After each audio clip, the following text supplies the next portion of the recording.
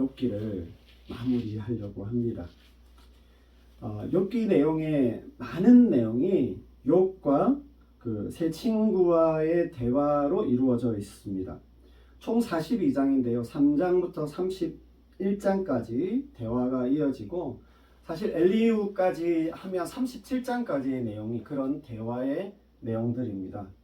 세 친구들은 인과응보라 그러죠. 사필귀정이라고 하는 이런 규범적 지혜에 우선을 둔 사람입니다. 욥이 심각한 고난을 당하고 극심한 고통을 당하는 것은 욥에게 뭔가 문제가 있어서 회개하지 않아서 그런 것이다 라고 단정을 하고요. 그 인과율, 당위성에 입각한 교리적인 주장과 설득만 쏟아내고 있습니다. 그걸 또 욥이 받아들이지 않자 더 심한 정죄와 비난을 하고 있는 것이 쭉 내용에 이어집니다. 욥은요, 그게 너무 억울했어요. 자신의 무고함과 무죄함을 주장하면서 한탄과 항변을 이어가며 호소하고 있지만, 끝내 이 세 친구들은요, 욥의 주장과 말에 귀를 기울이지 않았습니다.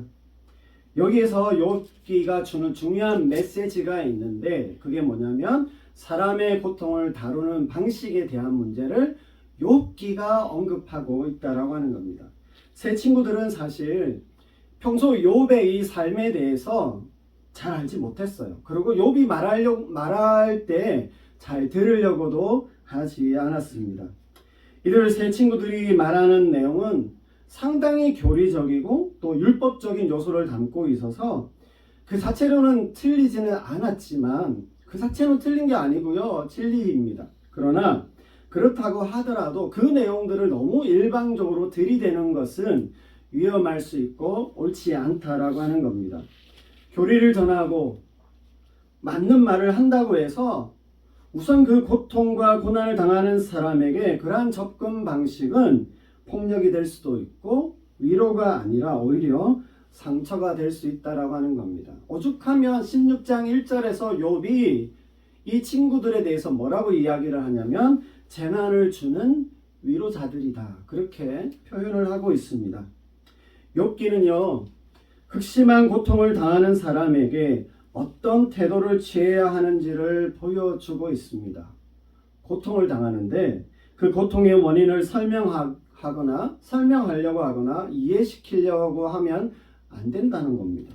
고통을 당하는 사람의 잘못을 지적해서도 안 되고요, 섣불리 그 고통이 마치 하나님의 뜻을 다 이해한 듯이 그 고통이 하나님께서 뭔가 깨닫게 하시려고 하는 뜻이 있으실 거다라는 식으로, 그게 맞기도 하지만 모든 경우에 맞지 않기 때문에 섣불리 그런 말을 하는 것도 사실은 교만에 가까운 말일 수 있습니다.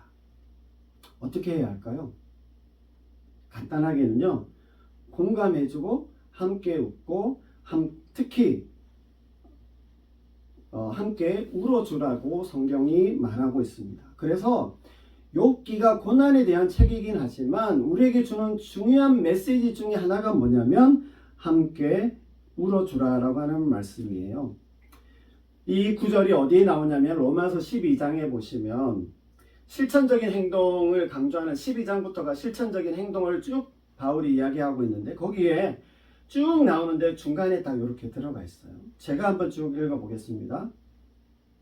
사랑에는 거짓이 없나니 악을 미워하고 선에 속하라. 형제를 사랑하여 서로 우애하고 존경하기를 서로 먼저하며 부지런하여 게으르지 말고 열심을 품고 주를 섬기라. 소망 중에 즐거워하며 환난 중에 참으며 기도에 항상 힘쓰며 성도에 쓸 것을 공급하며 손대접하기를 힘쓰라. 너희를 박해하는 자를 축복하라. 축복하고 저주하지 말라. 즐거워하는 자들과 함께 즐거워하고 우는 자들과 함께 울라. 서로 마음을 같이하며 높은 데 마음을 두지 말고 도리어 낮은 데 처하며 스스로 지혜 있는 채 하지 말라. 아무에게도 악을 악으로 갚지 말고 모든 사람 앞에서 선한 일을 도모하라. 할 수 있거든 너희 서로는 이게 뭐 잘못된 것 같아요. 모든 사람과 더불어 화목하라. 내 사랑하는 자들아 너희가 친히 원수를 갚지 말고 하나님의 진노하심에 맡기라. 기록되었으되 원수 갚는 것이 내게 있으니 내가 갚으리라고 주께서 말씀하시니라. 내 원수가 줄이거든 먹이고 목마르거든 마시게 하라. 그리함으로 내가 숯불을 그 머리에 쌓아 놓으리라. 마지막 절, 악에게 지지 말고 선으로 악을 이기라. 우는 자들, 그 고통과 고난을 당하는 자들과 함께 울어줄 수 있어야 한다는 말씀입니다. 욥기와 이 구절을 보면서 제게 떠오른 또 다른 장면이 있는데 예수님의 사역 중에 나타난 사건이 있어요. 그게 요한복음 8장에 나오는 간음 현장에서 붙잡힌 여인에 대한 사건입니다. 이 구절도 한번 제가 쭉 읽어보겠습니다. 예수는 감난산으로 가시니라. 아침에 다시 성전으로 들어오시니 예수님이 백성이 다 나오는지라 앉으사 그들을 가르치시더니 서기관들과 바리새인들이 음행 중에 갇힌 여자를 끌고 와서 가운데 세우고 예수께 말하되 선생이여 이 여자가 간음하다가 현장에서 잡혔나이다. 모세는 율법에 이러한 여자를 돌로 치라 명하였거니와 선생은 어떻게 말하겠나이까. 그들이 이렇게 말하면 고발할 조건을 얻고자 하여 예수를 시험함이로라. 예수께서 몸을 굽히사 손가락으로 땅에 쓰시니 그들이 묻기를 마지 아니하는지라. 이에 일어나 이르시되 너희 중에 죄 없는 자가 먼저 돌로 치라 하시고 다시 몸을 굽혀 손가락으로 땅에 쓰시니 그들이 이 말씀을 듣고 양심의 가책을 느껴 어른으로 시작하여 젊은이까지 하나씩 나가고 오직 예수와 그 가운데 섰는 여자만 남았더라. 예수께서 일어나사 여자 외에 아무것도 없는 것을 보시고 이르시되 여자야 너를 고발하던 그들이 어디에 있느냐 너를 정죄한 자가 없느냐 대답하되 주여 없나이다. 예수께서 이르시되 나도 너를 정죄하지 아니하노니 가서 너 다시는 죄를 범하지 말라 하시니라. 법 전문가 서기관들과 바리새인들은 자신들의 목적을 위해서 그 율법을 인용하고 사용하면서 간음 현장에서 붙잡혀온 그 여인을 데려와서 예수님을 시험하고자 했습니다. 율법을 따라 돌을 치라고 해도 또 반대로 놓아주라고 해도 덫에 걸릴 수밖에 없는 상황이었어요. 그러나 예수님의 어떤 행동이 땅에 글씨를 쓴 그걸 보고 또 예수님의 말씀에 율법주의자들이 다 떠나가게 하셨고요. 11절에서처럼 홀로 남은 그 여인에게 정죄하지 않으니 다시 죄를 범하지 말라고 말씀을 하십니다. 어떻게 보면 이 구절에서 예수님은 그렇다고 이 여인을 그냥 무조건 놓아주신 것처럼 보이지만 사실 그런 것은 아닙니다. 그러나 우리가 이 장면에서요, 사실 예수님이 이 여인에 대해서 먼저 어떻게 하셨어요? 공감하셨습니다. 이 여인의 마음에 함께 해 주신 것을 우리가 알 수 있습니다. 예수님은 기본적으로 이 여인을 공감해 주시고 그 마음을 알아주셨어요. 정죄하거나 비난하기에 앞서서 이 여인을 대하시는 예수님의 태도에서 우리는 그런 것을 볼 수 있습니다. 제가 몇 번 언급을 했지만 참 우리 시대의 가장 대표적인 사건이라고 한다면 그게 세월호와 이태원 사건이라고 이태원의 참사일 거라고 생각합니다. 이 사회적 참사를 통해서 고통을 받는 많은 사람들이 있는데 그들에 대해서 마음으로 함께 하지 못하고 어떠한 반응도 하지 않는 사람이 있을 수 있다고 생각은 합니다. 그런데 교회나 교인들이 그러면 어떤 아무런 반응도 함께 하지 않는 그런 모습들을 보인다는 것은 좀 아니지 않나라고 하는 생각을 합니다. 오늘날 교회는요, 이런 마음이 없기도 하고 또 부족한 것 같기도 하고 또 좀 다른 생각을 하고 있구나라고 하는 생각을 하게 됩니다. 우리가 많은 경우에 전통적으로 교회 안에서 어떤 훈련을 받게 되냐면요, 너무 우리 자신을 잘 보수한다 그러죠. 너무 잘 지키려고 하고 변증하고 변호하는데 그래서 어떤 외부적인 것이 침투하는 것에 대해서 굉장히 빨리 정죄하고 빨리 비난하는 것에 훈련이 되어 있고요. 이것에 우리가 많이 좀 강합니다. 그럴 수 있다고 생각은 합니다. 근데 오늘 이 예수님의 사건에서도 보면 우리의 태도와는 좀 다른 모습을 보여주시는 거죠. 오늘 12장에 로마서 12장에서 바울이 알려주는 그 행동들, 그 수칙들을 보면 좀 우리의 이해와 다르다라고 하는 것을 알 수 있습니다. 오히려 사랑 안에서 완성되는 그 신앙의 모습을 우리에게 보여줘요. 우는 자와 함께 울 수 있어야 합니다. 언제 그랬나 싶기는 하지만 세월호 때가 조금 시간이 지났는데요. 그때도 참 제가 교회 안에서 교회 안의 사람들, 교회가 보여주는 그 태도와 반응에 있어서 좀 많이 마음이 아팠습니다. 그때가 딱 재성이 저 98년생들이에요. 재성이가 그때인데 그 제대로 함께 울어주지도 동참하거나 마음을 나누지도 못하는 것 같은데 그때도 그랬는데 12구 이태원 참사 때도 그랬던 것 같습니다. 정죄는 하는데 그거에 대해서 어떤 교리적인 판단은 하지만 추모하지 않고 있는 모습들이 보이더라라고 하는 것입니다. 그게 여기 오늘 욥과 그 세 친구들의 대화 속에서 함께 울어주지 못하는, 공감해주지 않는 이 세 친구들의 모습과 별반 다르지 않지 않나라고 하는 생각을 하게 됩니다. 여러분, 우리가 정말 따질 것, 결국 따져야 하는 것은 할로윈이냐라고 하는 것이 아니라 그들의 슬픔이어야 합니다.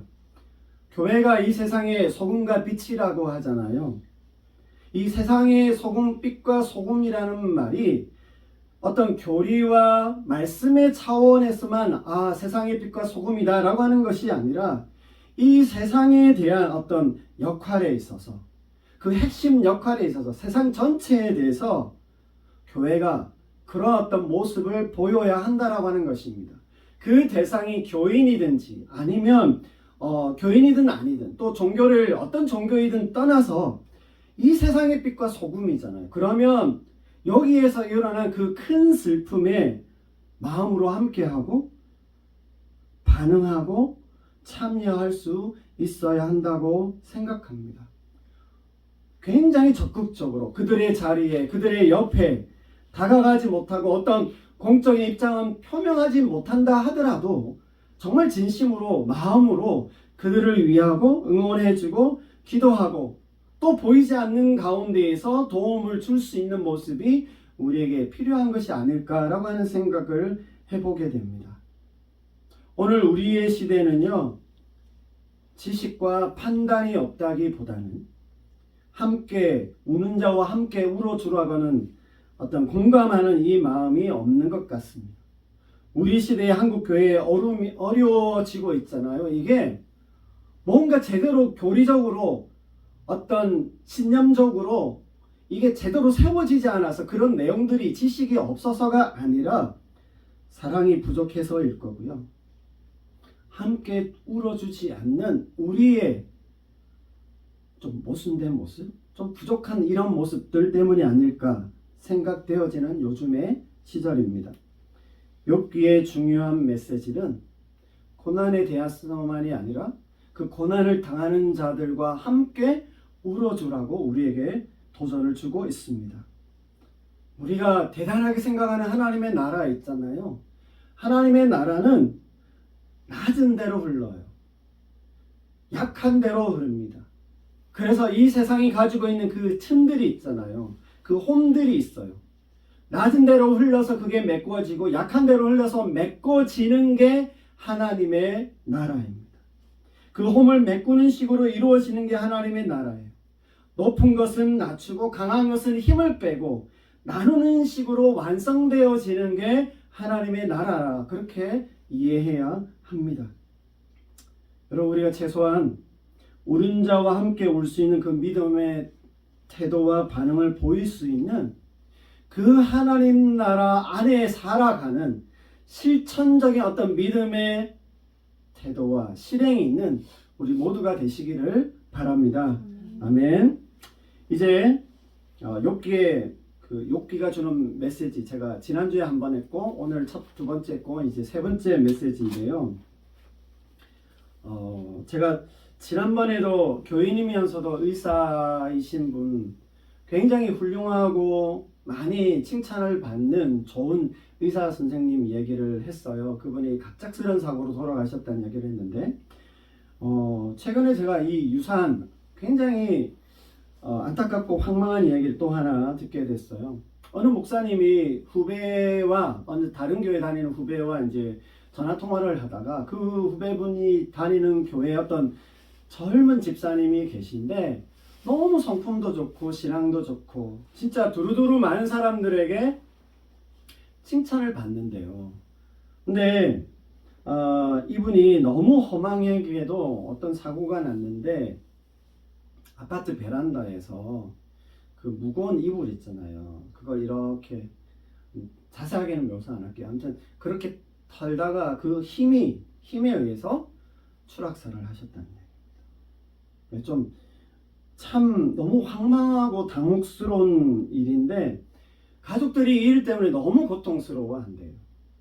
교인들도 많이 혼란스러워하면서 안타까워하면서 기도를 하고 있다는데 여러분 왜 안 그렇겠어요? 그렇죠? 진짜 정말 안타깝고 황망한 일입니다. 하나님 왜 이러셨어요? 아니 미리 좀 막아주시지. 그런 일이 일어나지 않게 해주시지. 이런 단식이 저절로 나올 수밖에 없는 상황입니다. 그럼 무슨 말을 할 수 있을 것이며 어떤 말로 이해가 될 수 있을까요? 어떤 말을 해도 안정이 될 수 없을 겁니다. 여러분 비단 이런 비슷한 어떤 어려움을 겪는 어떤 몇몇 분들만이 아니라 앞에 말씀드린 세월호나 이태원 참사 같은 대형 사건에 관련된 분들도 계시지만 죽을 죄를 짓거나 그렇게 나쁘지도 않았는데 정말 지금의 자기 삶이 죽을 만큼 너무 힘든 일을 많이 경험하게 되는 경우들이 있다는 겁니다. 사업에 실패하거나 재기할 수 없을 만큼의 어떤 사기를 당하거나 심각한 장애를 입게 되는 일들도 있다는 거죠. 인내하면서 계속 도전해 가는데 그걸 이루면 좋은데 해피엔딩이 되면 좋은데 끝내 그걸 이루지 못해서 너무 가혹하고 혹독한 그 시간들을 보내고 계신 분들이 있더라라고 하는 겁니다. 갑자기 찾아온 불행과 고난에서 벗어나지 못하고 오랫동안 그 안에 갇혀 계신 분들이 계세요. 이게 비단 성도님들에게도 일어나는 일들이겠지만 우리 주변에 믿지 않는 분들이라도 교회 다니지 않는 분들에게도 충분히 이와 같은 일들이 참 일어납니다. 법 없이도 살 사람인데 어떻게 저런 일이 일어날까?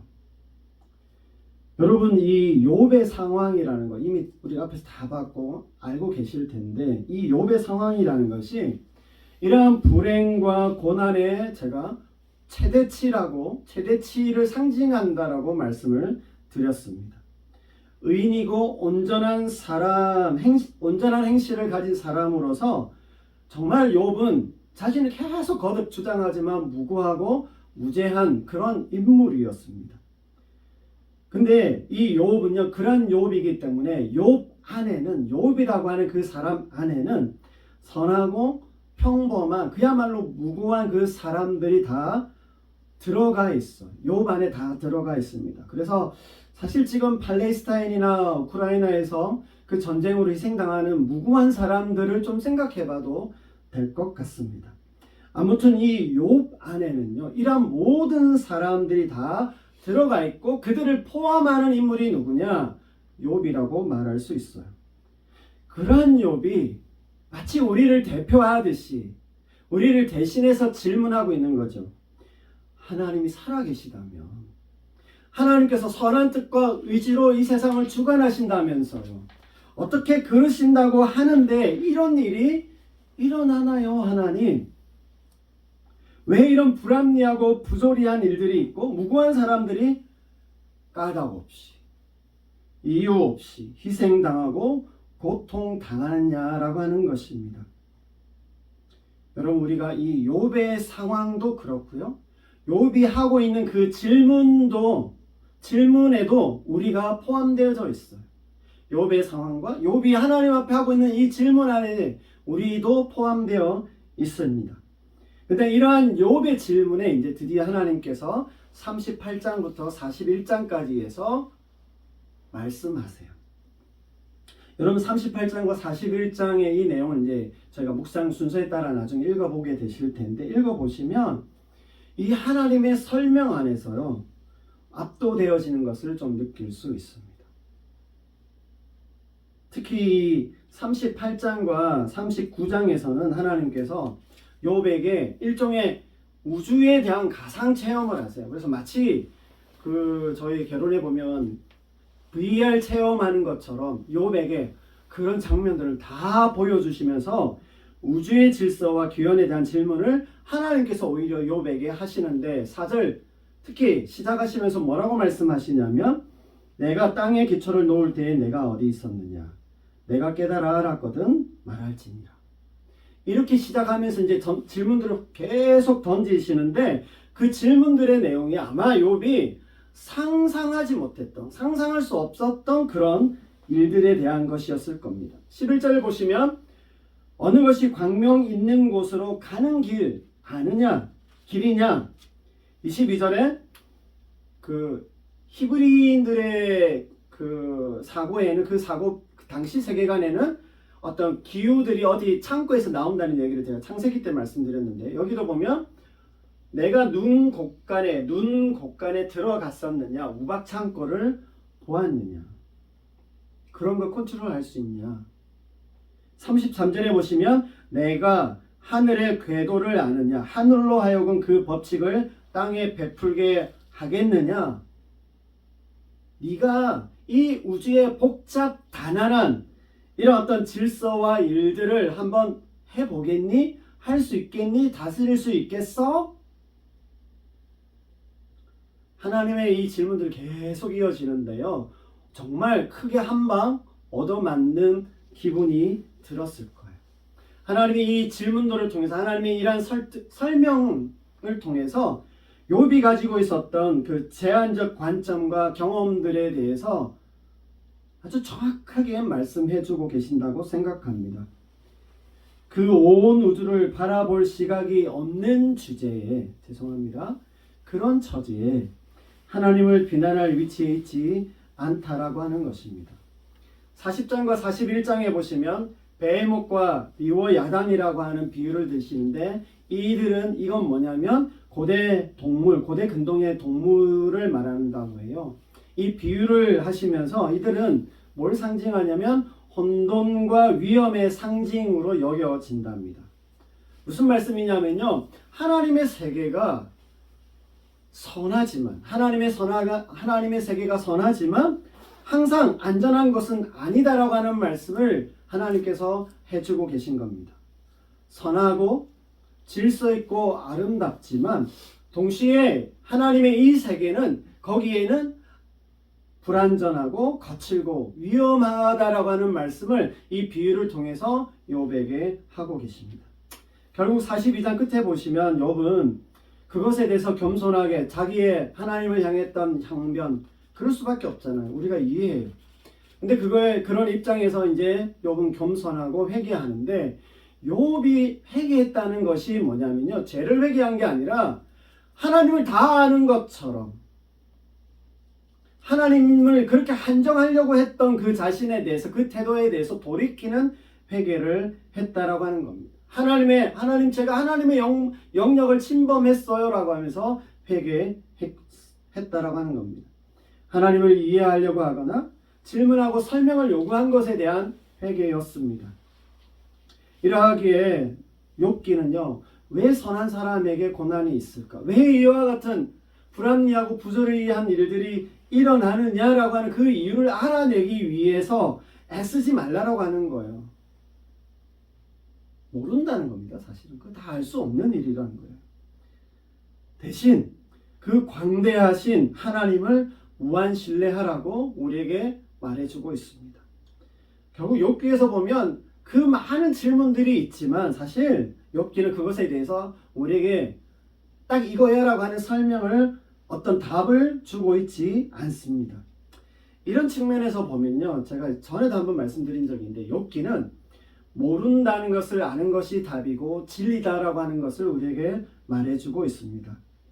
여러분, 모른다는 것을 아는 거 중요합니다. 근데 그냥 모른다는 것을 모른다라고 하는 것으로 끝나는 것이 아니라 오히려 그것이 모르는 건 그게 우리의 영역이고 그게 우리 인간이야. 우리의 제한적이고 한정된 어떤 우리의 모습이야라고 하는 것을 아는 데까지 나아가야 됩니다. 그래서 하나님을 신뢰하고요, 하나님의 그 지혜와 섭리를 신뢰할 수 있어야 한다라고 하는 것입니다.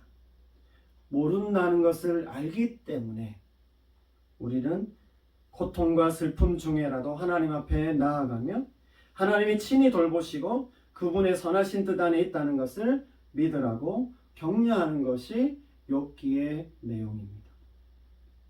제가 이런 걸 보다가 이렇게 넘기기가 예화를 찾으려고 찾은 건 아닌데 여기에 어울리는 예화 하나를 제가 발견했어요. 스토리텔링 하듯이 예쁘게 하면 좋겠지만 재밌게 하면 좋겠지만 그냥 제가 한번 이 글을 쭉 한번 읽어 드리겠습니다. 뜨거운 여름 햇볕 아래서 일하던 농부가 호두나무 밑 그늘에 앉아 쉬며 이마에 땀을 닦았다. 농부가 쉬면서 우연히 가서 바라본 것은 호박 넝쿨에 매어 달린 큼직한 한 개의 호박이었다. 혼자 중얼거렸다. 아휴, 하나님도 참 왜 저렇게 무거운 호박이 약한 넝쿨에 매어 달리게 하셨담, 만드셨담. 넝쿨은 약하고 호박은 무거우니 딱할 정도로 거의 땅에 닿을 듯이 매어 달려있지 아니한가. 그러면서 머리 위 호두나무는 더욱 하나님이 불공평한 것임에 틀림없다고 생각을 했어요. 왜냐하면 이번에는 그 크고 든든한 호두나무 가지들에 겨우 작은 호두들이 매달려 있었기 때문입니다. 혀를 쯧쯧하면서 농부는 그늘에 잠시 눕자 곧 단잠에 빠지게 되었다. 그때 딱 하고 호두 하나가 떨어지면서 농부의 머리를 때렸다. 깜짝 놀란 농부는 잠에서 깨어 벌떡 일어났다. 그는 아픈 머리를 얼른 어루만지며 크게 깨달아 하나님께 감사했다. 아이쿠, 만약 저 큰 호박이 이 나무에 매달려 있었다면 나는 정말 큰일 날 뻔했구나. 하나님, 저 호박 넝쿨에 큰 호박을 메어 다신 일은 참 잘하신 일입니다. 그리고 이 큰 호두나무에 작은 열매들을 메어 다신 일도 정말 감사합니다.